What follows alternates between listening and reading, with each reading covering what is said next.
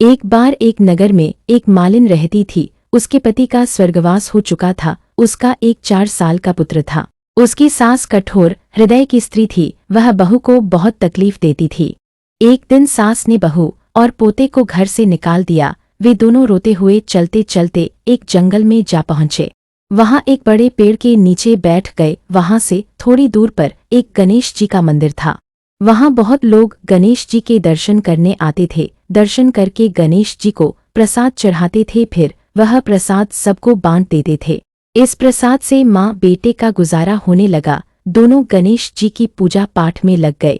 एक दिन उन्होंने सोचा क्यों न हम भी जंगल से फूल लाकर बेचें। वे रोज जंगल से फूल लाकर उसकी माला बनाकर बेचने लगे। साथ में पूजा की सामग्री और प्रसाद भी बेचने लगे। इससे उनको आमदनी होने लगी। गणेश जी की कृपा से आमदनी बढ़ने लगी। जल्दी ही उन्होंने एक मकान और एक दुकान बना लिया।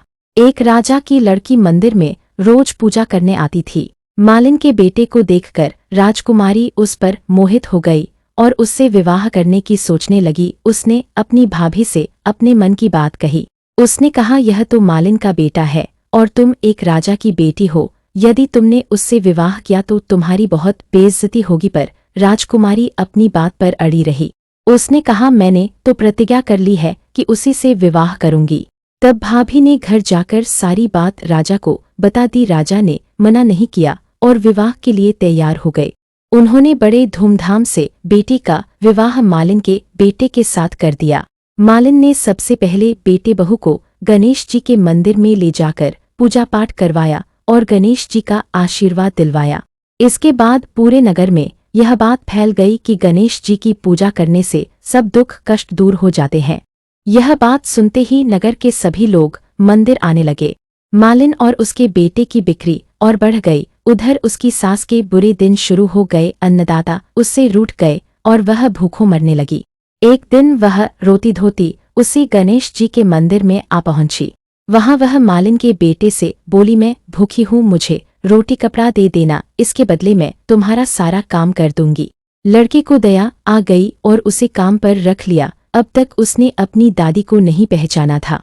जब मालिन घर आई तो उसने सास को पहचान लिया। वह सास से बोली, सासू जी आप यहाँ कैसे? सास ने पोते की तरफ इशारा करके कहा, मेरी इस सेठ के यहाँ नौकरी लग गई है। बहू बोली, यह आपका पोता है और यह घर भी आपका ही है, यह दुकान भी आपकी ही है। जब आपने हमें घर से निकाल दिया था तब गणेश जी ने हमारी रक्षा की। बहू की बात सुनकर सास बोली, मेरी करनी मैंने भोग ली है, बहू मुझे माफ कर दे। बहू बोली, सासू जी अब आप हमारे यहाँ रहो और पोते का सुख देखो।